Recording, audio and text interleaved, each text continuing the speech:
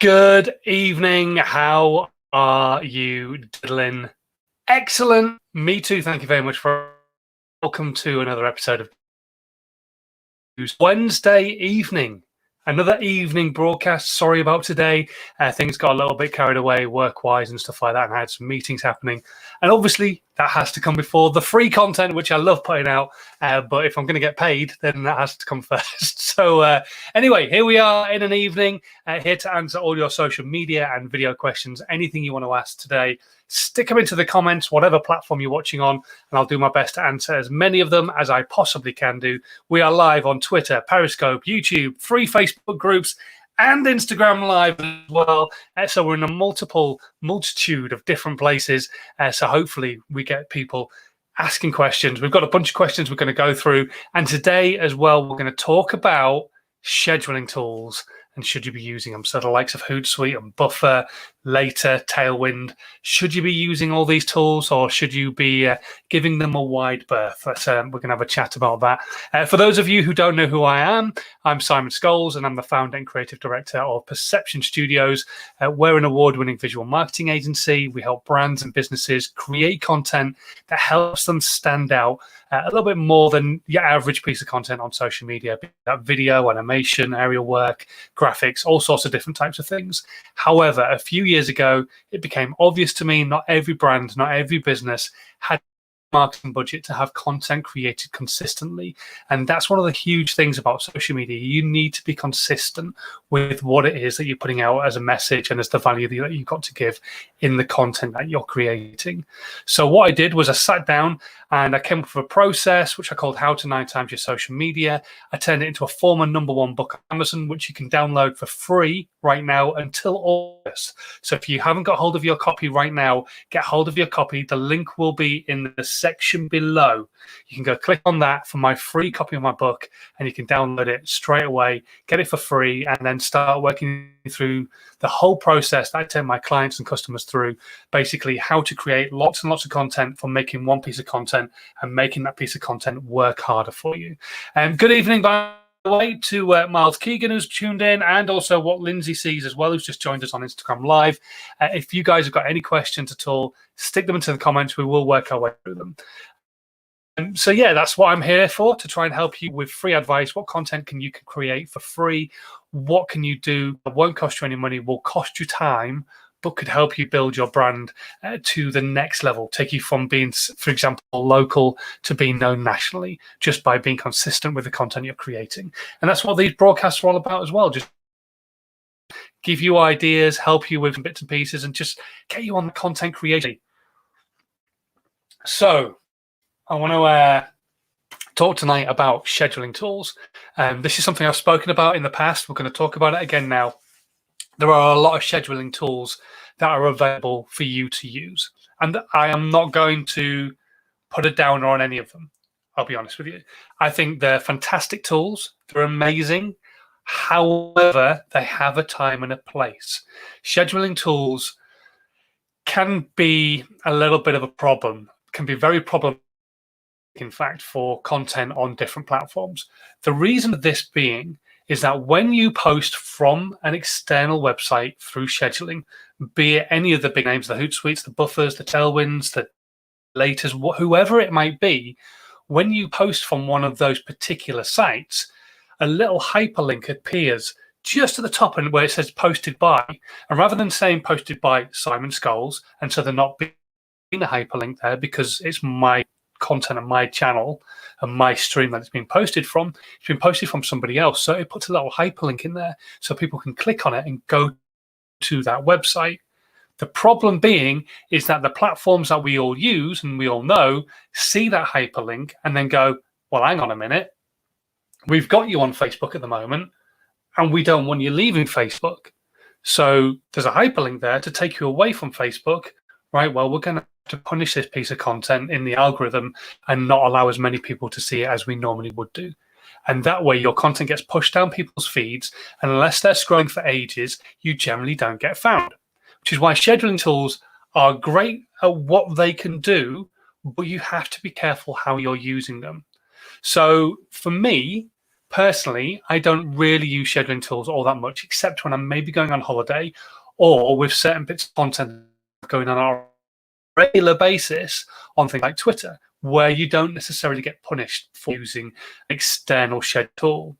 For example, the problem being is that basically if a platform has the ability to do something that you want to do, they want you to use that ability. So Facebook don't like you to put links to YouTube videos because Facebook can have native video stored on Facebook. So why would they want you putting it on YouTube and putting a link to YouTube back on the Facebook website? Because they don't want that. They want you to use YouTube and YouTube Watch to store your content rather than YouTube. They want you to use Facebook and Facebook Watch rather than using YouTube. Get my words in the right order. And that's the same with scheduling. Why would Facebook be happy with you using something like Hootsuite or Buffer or Later when they have Facebook Manager?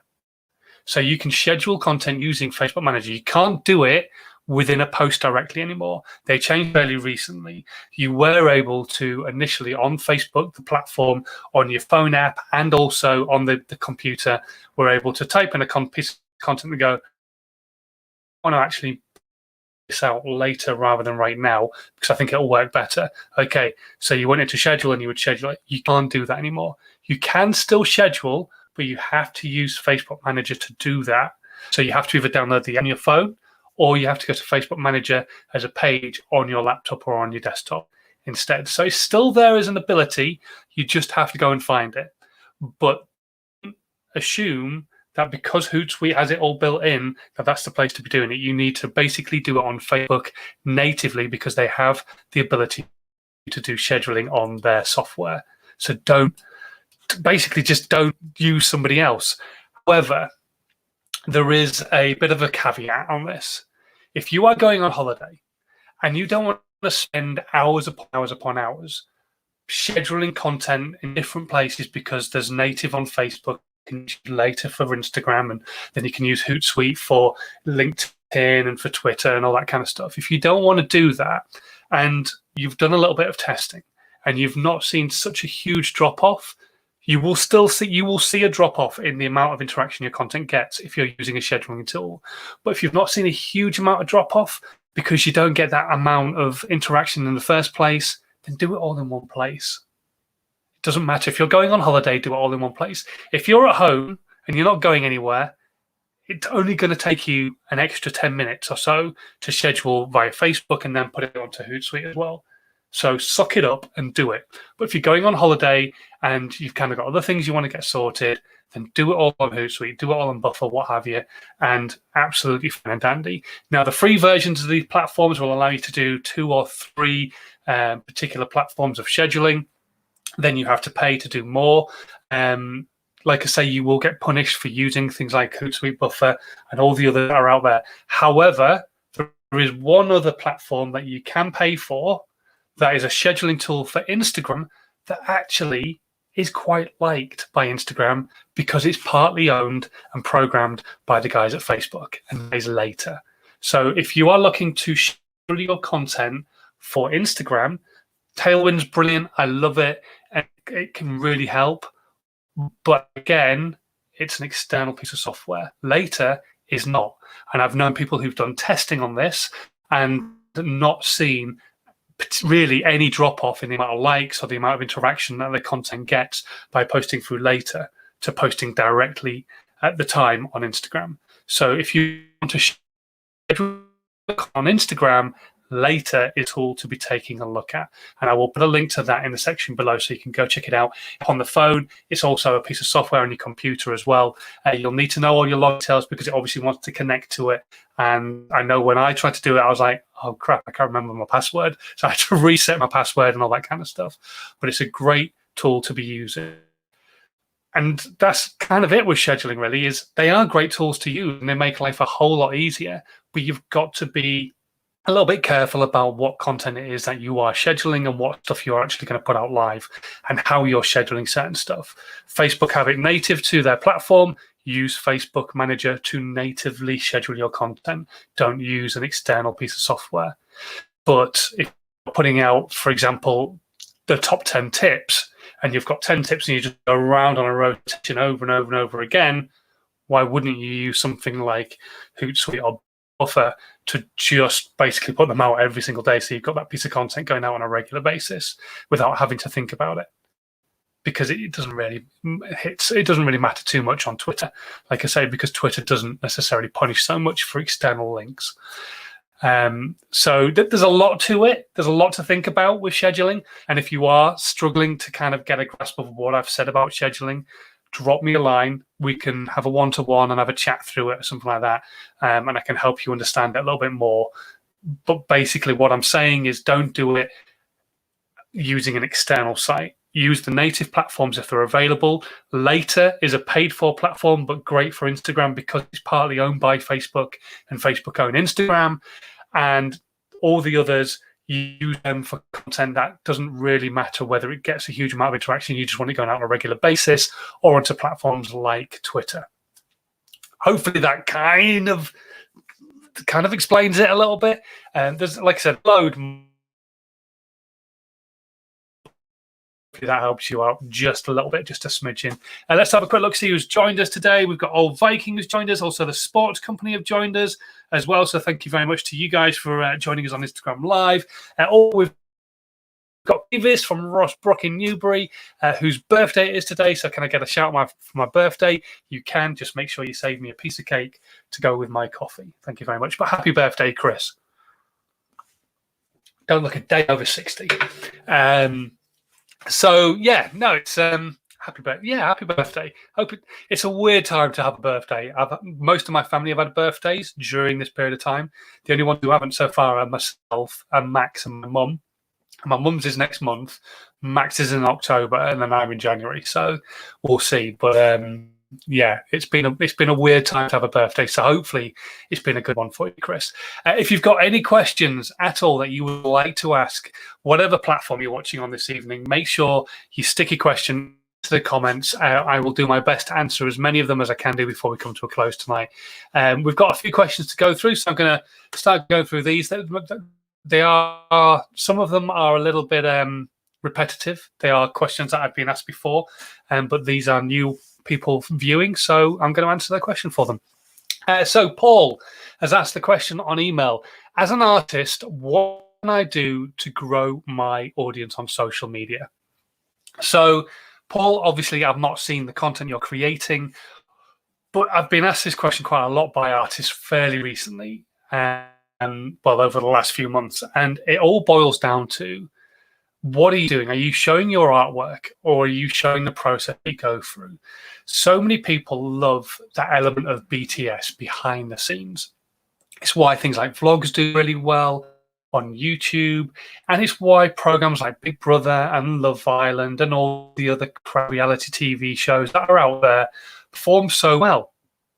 And it's because people like to see what's happening when the cameras are rolling, but you've kind of forgotten they're rolling and it's behind the scenes and the hard work that's going into it.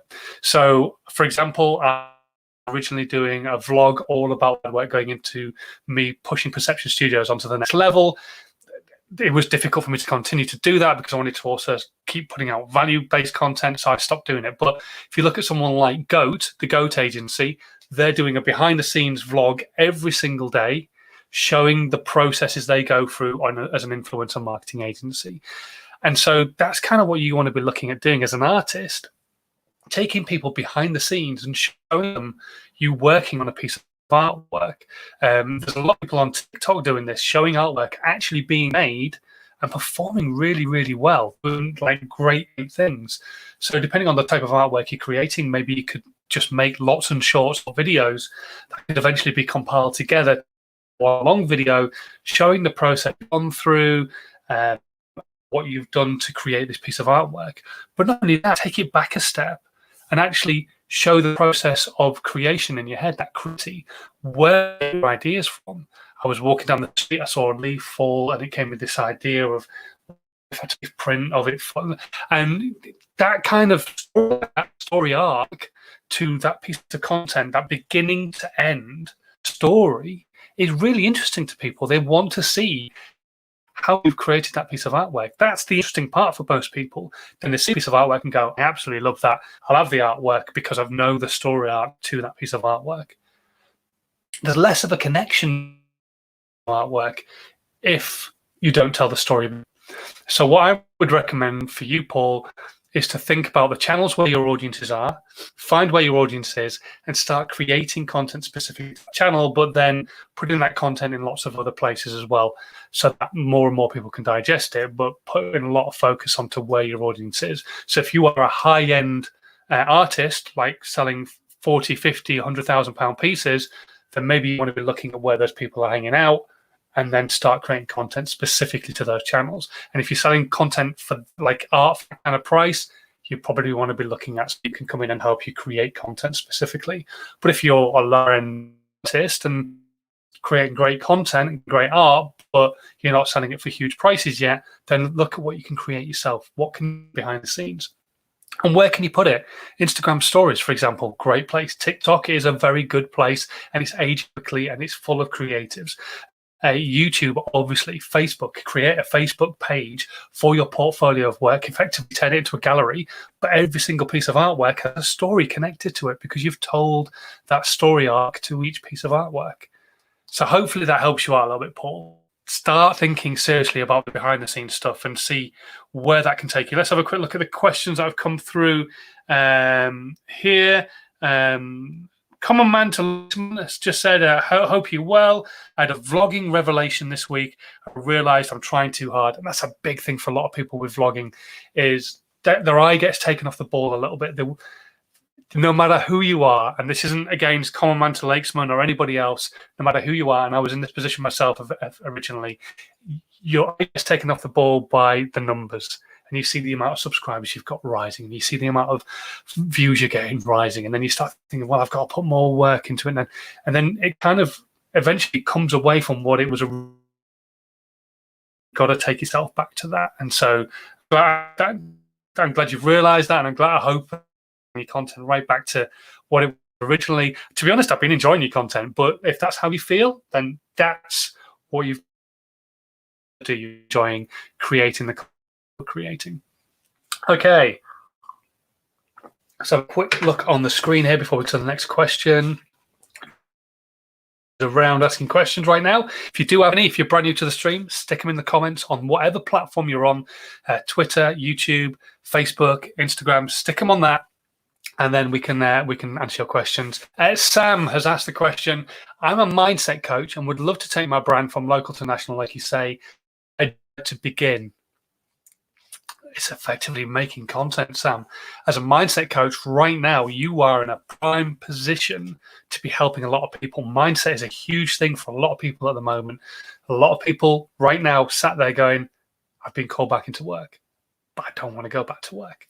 Why don't they want to go back to work? There's a reason somewhere in their mindset that they don't want to go back. But what is it? Is it fear? Is it the unknown, having to wear a face mask? Whatever it might be, maybe you can start creating content to tap into that, because there's going to be a lot of people in this position, in this situation, I think, going forward, where they don't want to be around too many people. We're going to get a lot of people who've become introverted over the last few months because of not being near people. I know for me, for example, I love chatting to people, I love being around people, but actually when I was in a shop the other day and there was a lot of people there, I was a bit, okay, I kind of want out of this. I don't want to be here, because there was just too many people. It was almost, I'm a city boy. I was born in a city and I was brought up in a city, but it still felt like too many people. So there's a lot of things you could be working on now, let alone in the future, that could help you take your brand from local to national. What kind of content could you create that talks about all the things that people are going to be going through in their mindset after COVID-19? And I said, we're not after COVID-19. We're still in the situation where problem, it's just we are trying to move into the new normal. We're never going to go back to how it was. It's never going to be the same. And maybe as a mindset coach, you need to be thinking about the content you could create to help people understand that, tap into that kind of thing more, and then offer your services to help people on a one-to-one basis as well. Because of that, don't ever be afraid to sell. and I'm a fine one to speak because I hate selling, and I hate trying to make people buy what it is that I do. But there comes a time where what you've got to offer is so important, and right now it is so important. I feel what I've got to offer is hugely important at the moment. So if anybody out there does need say for their social media, and let's have a chat. But yeah, I think there's a lot you could do, Sam. Just make sure you're giving value, find out where your audience is if you don't already know who's your avatar, where are they hanging out, and then create content for them, start talking to them and creating that content specifically for them. But I would definitely niche it down at the moment to you're going back to work, going back into situations where there's going to be a lot of people. How does that make you feel? And help them with that aspect right now, and then potentially move it on to whatever your specific niche might be after that situation. But yeah, huge opportunity for you there right now, Sam. So make the most of it. Right, okay. On to my final question that's come through. But if you want to ask any questions at all before we come to a close, stick them into the comments and we can answer those this evening. If you are listening to the podcast, which will come out after this has gone live, or you're watching on the replay, stick your comments into the sticky questions into the comments, and you can ask me that question that way. Or if you prefer, on right now on the screen, my email address is scrolling across the bottom. Drop me an email with your question and I'll do my best to answer it either on the email or on the next live, which will be on Friday. If you're listening to the podcast, my email address is in the description box below, so you can go and drop me an email from there instead. Right, last question before we shoot off, or anybody else asks any more questions. And this one is coming through from Sarah. And Sarah is asking the question, okay, how do I find my niche audience? Okay, for those of you who don't know what niche audience is, it's your perfect customer, your perfect audience, your perfect, like the people who you want to be watching your content. And it all boils down to, and I've said this over and over again, it all boils down to who's your avatar. Who is your avatar? If you know who your avatar is, you know the kind of their names, you can give them a name, you know their sex, you know where they hang out, whether they're married, how old they are, where they are in the country, you know their hobbies, all those kind of things. Once you know all that kind of stuff, then you've got a better gist of probably where they're going to be hanging out. Know where they're going to be hanging out. That's where you start making content for them in particular. There are other ways of trying to find them. So once you've got that avatar and you know who they are, and you're still not entirely sure where they're hanging out, use the search function on the social media platforms. Go to LinkedIn, go to Facebook, go to Twitter, go to Instagram, and search for those. So, for example, I try to work specifically with a lot of brands in America, specific coaches on the one-to-one coaching. So how do I find them? I go to those platforms that I've just mentioned and search for the people, and then just look at the content they're putting out, follow them and like some of their content if it's interesting to me and that kind of stuff. And then if anybody's got a question and they need to ask and they're asking it on social media, I can then dive in and help them out with that answer. But you can find them.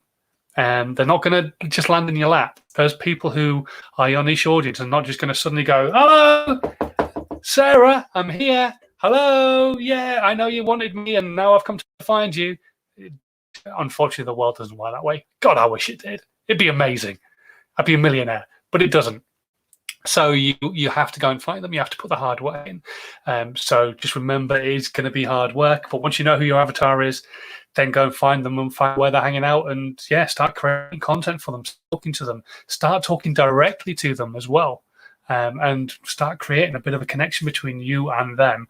And then dive in going, well, maybe I could help you with this or X or Y. You just never know when somebody might potentially become a customer. Okay, right. We've been going for 25 minutes. The questions, we've finished with all the questions. So let me just check everywhere. Yep, all the questions are done and dusted. So I am going to shoot off. And hopefully you can go off and enjoy the rest of your Wednesday evening. Hopefully you've had a good Wednesday altogether. I will see you Friday 11ish, obviously, Daddy Daycare to play. But until then, thank you very much for watching. If you're brand new, please do hit the subscribe button. Don't forget to hit the notifications button as well so that you get told about my content on a regular basis. And if you haven't done it yet, why don't you just share audience so that they can get some value from it, and then keep building community with asking more questions, and then you can get more value from the questions that they're asking as well. Okay, stay safe and have a